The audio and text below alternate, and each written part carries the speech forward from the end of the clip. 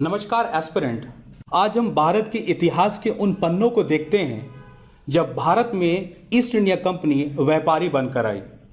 क्या east India company Bharat में केवल व्यापार करना चाहती थी? ईस्ट इंडिया कंपनी ने अपने विस्तारवाद नीति, अपने भ्रष्टाचार और अपने कूट राजनीति से खुद को व्यापारी से हिंदुस्तान में साम्राज्य स्थापित कर लिया। यह समय काल है 1757 से लेकर 1805 और इसके कुछ मुख्य अंग्रेजी अफसर रहे रॉबर्ट क्लाइव, लॉर्ड कॉर्नवालिस और लॉर्ड वेल्लेस्ली। 18वीं सदी में कुछ विदेशी ताकत हमारे देश पर अपना साम्राज्य स्थापित करना चाहती थी, जैसे कि अफगान्स, ईस्ट इंडिया कंपनी। 1707 में औरंगजेब के देहांत के बाद अब मुगलों के बीच बहुत खंड हो गया था। एक ही सैनिक यानी मराठा थे जो विदेशी ताकतों का हमला सह सकते थे, हमला का जवाब दे सकते थे। इतिहास के पन्नों को देखा जाए तो पानीपत का तीसरा युद्ध 1761 में लड़ा गया। अफगान से अहमद शाह अब्दाली और वीर मराठों के बीच में लड़ाई हुई। अहमद शाह अब्दाली ये युद्ध जीता तो, लेकिन इतना क्षतिग्रस्त हुआ कि दोबारा कभी हिंदुस्तान की ओर उसने अपना रुख नहीं किया। मराठा भी इस युद्ध से कमजोर हो गए थे। अब तीसरी शक्ति ईस्ट इंडिया कंपनी के पास एक सुनहरा मौका था कि वो भारत में अपने साम्राज्य के जड़ों को मजबूत करे। शुरुआत करते हैं रॉबर्ट क्लाइव से। रॉबर्ट क्लाइव हमारे देश में दो बार आते हैं, प्रथम 1757 टू 1760 और दूसरी बार 1765 टू 1767। रॉबर्ट क्लाइव को भारत में ब्रिटिश साम्राज्य के संस्थापक के रूप में देखा गया। केवल 18 वर्ष की आयु में मद्रास के बंदरगाह पर क्लर्क बनकर आए और एस्पिरेंट्स आगे जाकर ये बंगाल के गवर्नर बन गए। तो आइए देखते हैं कि कैसे एक अंग्रेजी अफसर क्लर्क से आगे चलकर गवर्नर बना। बात है नवाब ऑफ बंगाल की। उस जमाने में सिराजुद्दौला नवाब ऑफ बंगाल थे। ये नवाब ऑफ बंगाल अरवर्दी खान के पोते थे। उस जमाने में मुगल बादशाहों ने अंग्रेजों को दस्तक यानी कि टैक्स परमिट दे रखा था। इसका इस्तेमाल कर व्यापार पर अंग्रेजों को कोई भी कस्टम ड्यूटी नहीं देनी होती थी। अंग्रेज अफसर इसका गैर इस्तेमाल करते थे, गैर कानूनी ढंग से अपने निजी व्यापार को करते थे और दूसरे व्यापारियों को बेच डालते थे।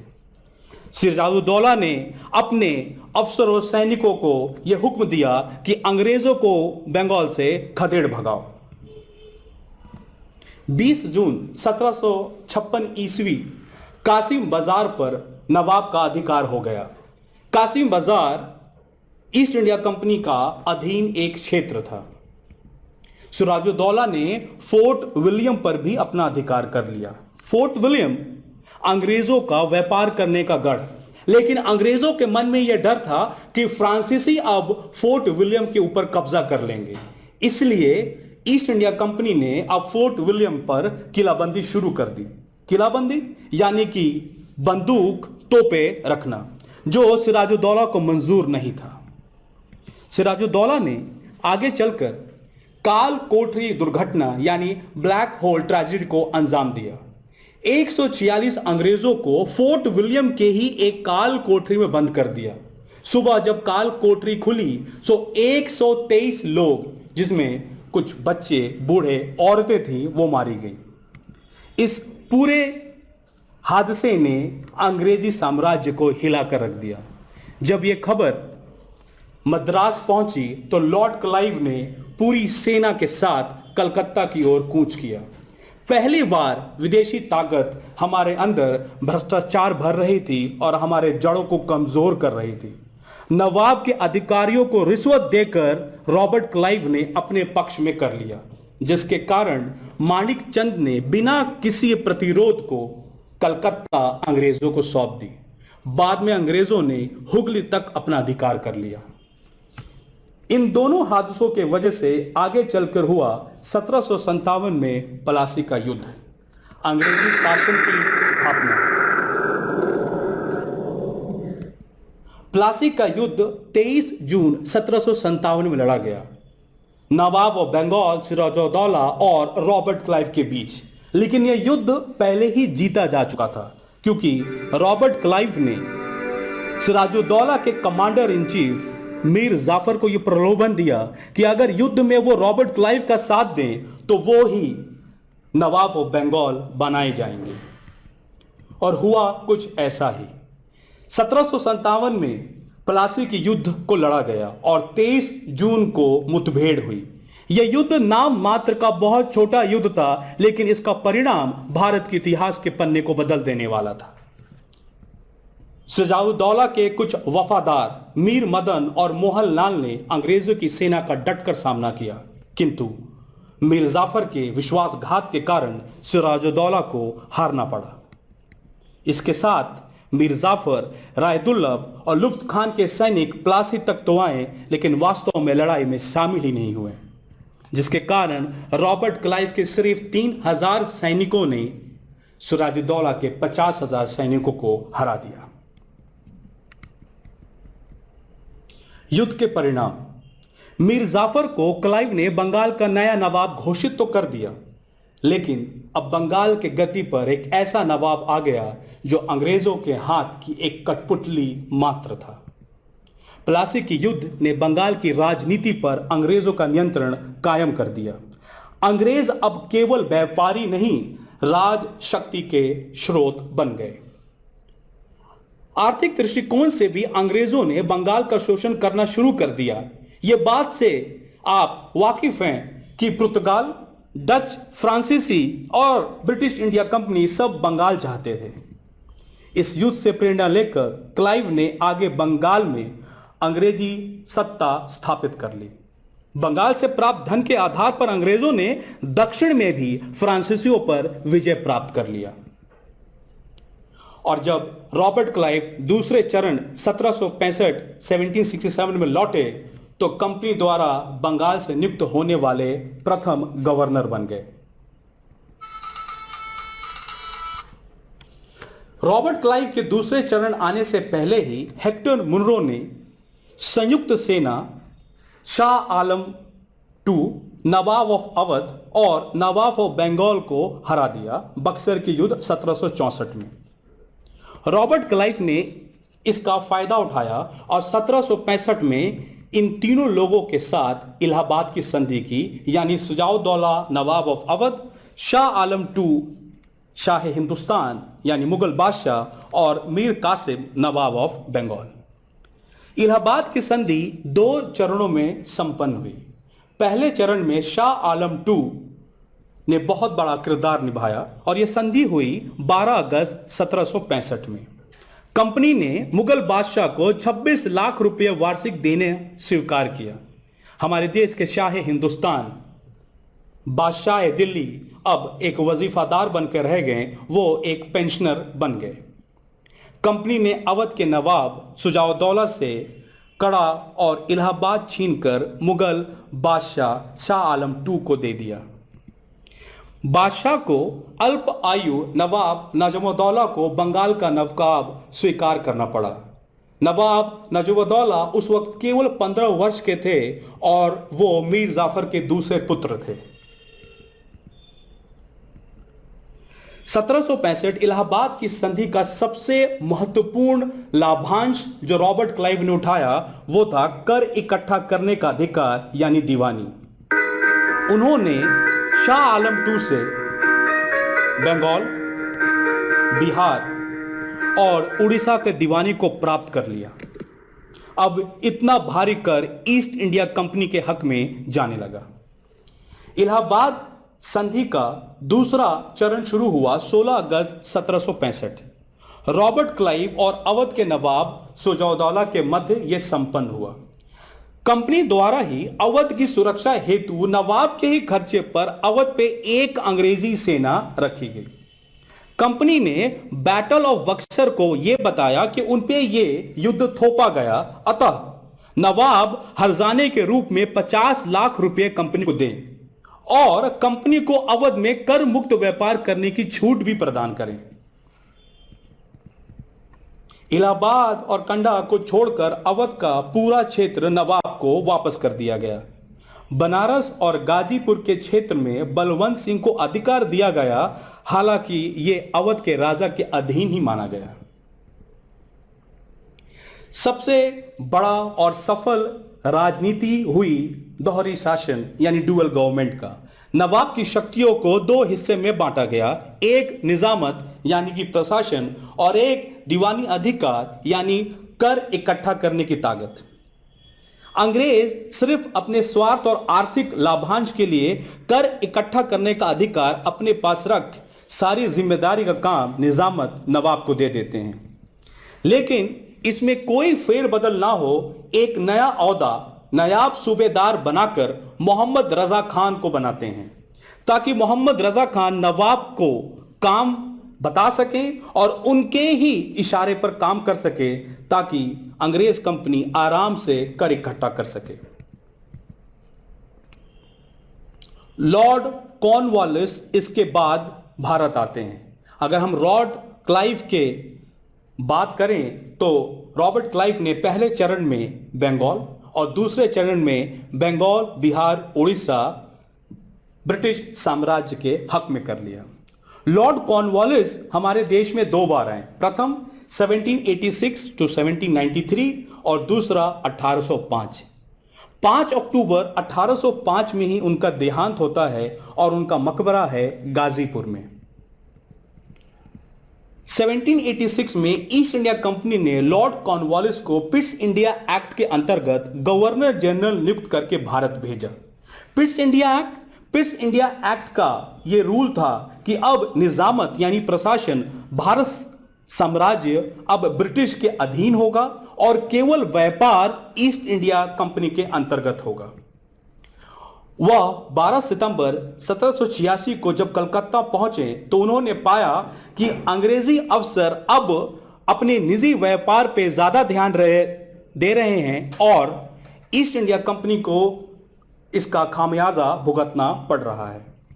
1791 में उन्होंने बनारस में एक संस्कृत कॉलेज खोला और 1792 में उन्होंने कलकत्ता में एक टकसाल यानी कॉइन मिंटिंग इंडस्ट्री की स्थापना की। सबसे प्रमुख सुधार कार्य किया उन्होंने कर इकट्ठा करने की नीतियों में। 1793 में गवर्नर जनरल लॉर्ड कॉर्नवालिस द्वारा स्थायी बंदोबस्त लागू किया गया। इसके अंतर्गत जमींदारों को भूमि का मालिक बना गया और किसानों को किराएदार बना दिया गया। अब एक निर्धारित राशि तय की गई जो जमींदार को हर महीने ईस्ट इंडिया कंपनी को देना था। जमींदारों को अब अपने भू राजस्व का 9 भाग करना था। उस 9 भाग में से पूरा 8वां हिस्सा ईस्ट इंडिया कंपनी को और उस एक बचे हुए हिस्से को सेवाओं के लिए अपने पास जमींदार रख सकता था।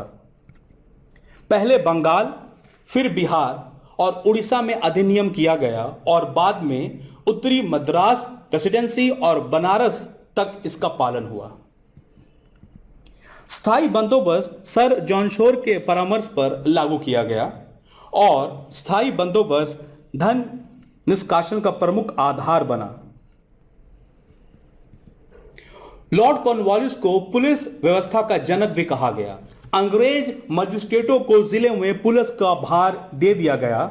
जिले में प्रति 20 मील के अंदर एक पुलिस थाना स्थापित किया गया और पहली बार दरोगा नामक कर्मचारी की नियुक्ति की गई।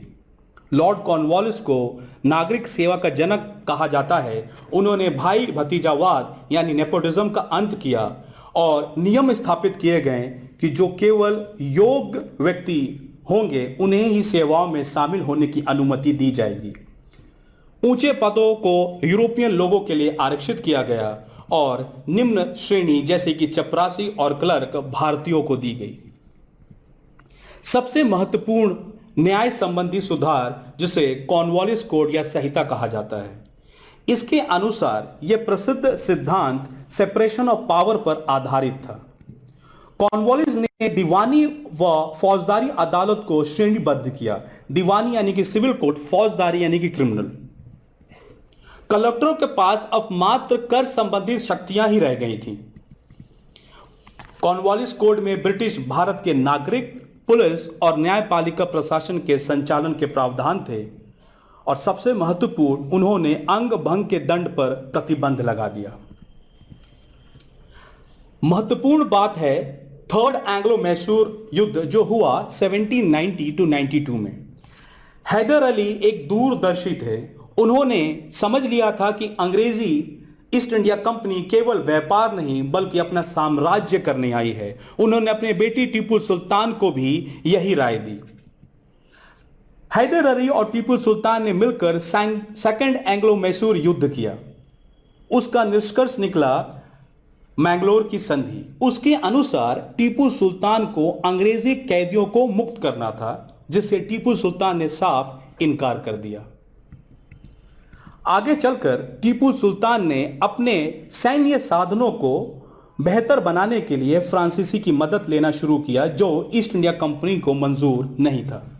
इसके बाद 1789 में टीपू ने अंग्रेजों के अनुकूल राज्य ट्रावोकोर पर आक्रमण कर दिया और शुरू हुआ युद्ध। 1790 में बंगाल के गवर्नर जनरल लॉर्ड कॉर्नवालिस ने टीपू पर हमला कर दिया। अंग्रेजों ने निजाम और मराठों के साथ मिलकर टीपू सुल्तान को हरा दिया और आधे हिस्से पर अधिकार कर लिया। टीपू सुल्तान की रियासतें जैसे कि मलाबार, डिंडुगल, कुर्ग और बारा महल को आपस में बांटा गया। 18 मार्च 1792 श्रीरंगपट्टनम की संधि के साथ युद्ध समाप्त हो गया। टीपू को युद्ध क्षतिपूर्ति के रूप में 3 करोड़ रुपए अंग्रेजों को भुगतान करना पड़ा और टीपू को अपने दोनों बेटों को जमानत के तौर पर अंग्रेजों को देना पड़ा। उसके बाद आते हैं लॉर्ड वेल्सले। हम देखते हैं कि रॉबर्ट क्लाइव ने बंगाल, बिहार, उड़ीसा को ईस्ट इंडिया कंपनी के अधीन कर दिया और लॉर्ड कॉर्नवालिस ने दक्षिण भारत में मैसूर को कमजोर किया। लॉर्ड वेल्सले का कार्यकाल रहा 1798 से 1805 और सबसे इंपॉर्टेंट रहा उनका सहायक संधि। 1798 में लॉर्ड वेल्सले ने जो सहायक संधि लाया, उसके अनुसार अंग्रेजों को एक भाड़े का फौज माना गया और भारत कि किसी भी रियासत को अगर अपनी सुरक्षा करानी हो तो वो अंग्रेज फौज को कुछ भाड़ा शुल्क देकर अपनी रियासत में रख सकता था। 1798 टू 99 में चौथा एंग्लो मैसूर युद्ध यानी कि आखिरी युद्ध टीपू के साथ हुआ। 1799 समाचार पत्रों सेंसरशिप लगाए गए। 10 जुलाई 1800 फोर्ट विलियम कॉलेज कलकत्ता में बनाई गई। ये नए अंग्रेजी अफसरों को स्थानीय भाषाएं सिखाने का कॉलेज था, जहां पर उन्हें संस्कृत, उर्दू, बंगाली, हिंदी और आगे चलकर मराठी सिखाई जाती थी। और अंततः 1803 से 1805 में दूसरे एंग्लो मराठा युद्ध में इनका कार्यकाल खत्म होता है। 1798 सहायक संधि, अंग्रेजों का कहना था यह एक मैत्री संधि है जहां अंग्रेज अपने फौज रियासतों को देकर उनका संरक्षण करेंगे और बदले में कुछ पैसे लेंगे, पर उनके मंसूबे कुछ अलग थे। उनका मंसूबा था भारतीय प्रांतों पर नियंत्रण, फ्रांसीसी प्रभाव को कम करना और प्रतिद्वंदी सेना बनाने के लिए कार्य करना। इस नीति के अनुसार भारत के शासकों को अपने स्वयं सशस्त्र बलों को भंग करना और ब्रिटिश सेना को स्वीकार करना पड़ा। भारत के रियासतों को भुगतान करना पड़ा और भुगतान नहीं हुआ तो क्षेत्र अंग्रेजों को सौंप दिया जाता था और इसके बदले अंग्रेजी हुकूमत ईस्ट इंडिया कंपनी भारतीय रियासत को रक्षा संरक्षण प्राप्त करने का वादा करती थी। 1798 सहायक संधि पे सबसे पहले हस्ताक्षर किया निजाम ऑफ हैदराबाद ने और यह सहायक संधि के कारण बहुत सारे अन्य रियासतों पर ईस्ट इंडिया कंपनी ने अपना कब्जा कर लिया। 1799 में मैसूर, 1799 में तंजौर, 1801 में अवध, 1802 में पेशवा मराठा पुणे, 1803 में सिंधिया ग्वालियर एवं गायकवाड़ मराठा। उसके बाद शुरू हुआ फोर्थ एंग्लो मैसूर युद्ध जो चला 1798 टू 1799। युद्ध के कारण श्रीरंगपट्टनम की संधि टीपू और अंग्रेजों के बीच शांति लाने में विफल रही। टीपू ने लॉर्ड वेल्सली के सहायक संधि को स्वीकार करने से इनकार कर दिया। उनका कहना था कि एक दिन की शेर की जिंदगी 100 साल के गीदड़ की जिंदगी से अच्छी है। टीपू ने फ्रांसीसी के साथ गठबंधन किया, जिसे अंग्रेजों ने खतरे के रूप में देखा। उसी समय नेपोलियन लाल सागर यानी रेड सी तक आ गए थे और उनके और टीपू के रिश्ते मजबूत हो रहे थे। युद्ध का विवरण 5 अप्रैल से 4 मई 1799 ब्रिटिश और मैसूर साम्राज्य के बीच चौथा एंग्लो मैसूर युद्ध का अंतिम टकराव था। उत्तर से मराठाओं और निजाम ने आक्रमण किया। 1799 कर्नल अर्थल वेस्ली ने राजधानी श्रीरंगपट्टनम पर कब्जा कर लिया और 4 मई 1799 the tiger of Mysore Tipu Sultan शहर की रक्षा करते हुए शहीद हो गए। 1799 अंग्रेजों ने श्रीरंगपट्टनम की लड़ाई में एक निर्णायक जीत हासिल की और उनके पुराने रजवाड़े वोडियार वंश को सिंहासन दे दिया, लेकिन राज्य के प्रत्यक्ष नियंत्रण को अब अंग्रेजों ने अपने हित में रखा। बात करते हैं अब दूसरे एंग्लो मराठा युद्ध 1803 से 1805।